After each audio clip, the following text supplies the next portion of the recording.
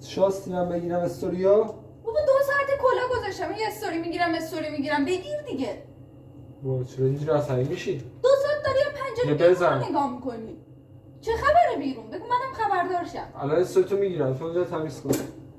میشه بگی به چی نگاه میکنی؟ اگه میگم دیدنی اینو نزن اینجا 100 دفعه.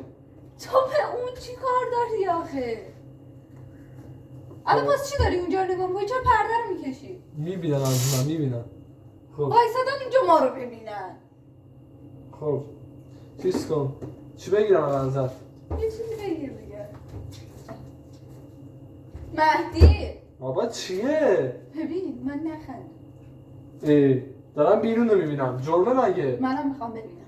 بیا این ور. بابا برو اون ور منم میخوام ببینم. خب نکن. بیرون چه خبره؟ نکن. میخوام ببینم. بابا بیا این ور میبینن از این ور. میخوام ببینم. چیزی نیست آخه ببینی. میخوام اصلا به کی داری نگاه میکنی؟ یکی مزاحم شده. حداقل میگفتم. دوربین چرا گذاشتی رو ضبط؟ میخوام استوری بگیرم. بابا آیلار میگم از پشت شیشه میبینن. بیا این ور. چته؟ ببینه. درک. حداقل نمیخوام ببینه این خب. چی گفتی؟ حداقل نمیخوام شاید ببینه. یعنی کی؟ منظورم اینه که از پشت شیشه میبینن. زشت میشه. کی ببینه؟ کی ببینه؟ کی نمیخوای منو ببینه؟ نخند مهدی اصلا منو خورد نکن. کی نمیخوای منو ببینه؟ دوباره داری یه چالشه مسخره واسه من میگیری؟ نه میگم میبینه زشت میشه. مهدی بیاییم به جون مادرت بیاییم ببینم کیه. نخند.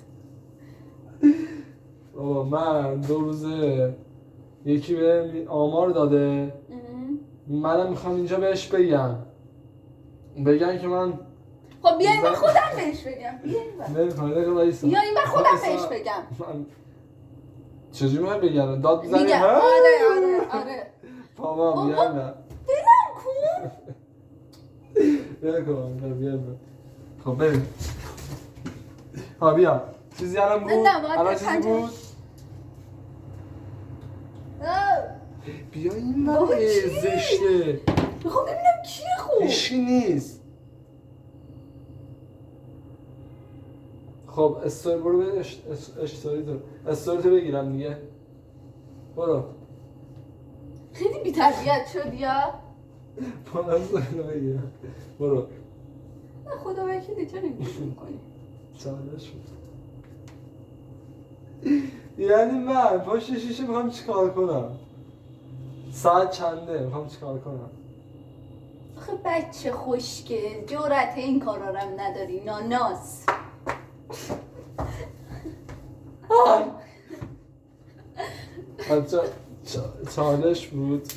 چالش بود نکن.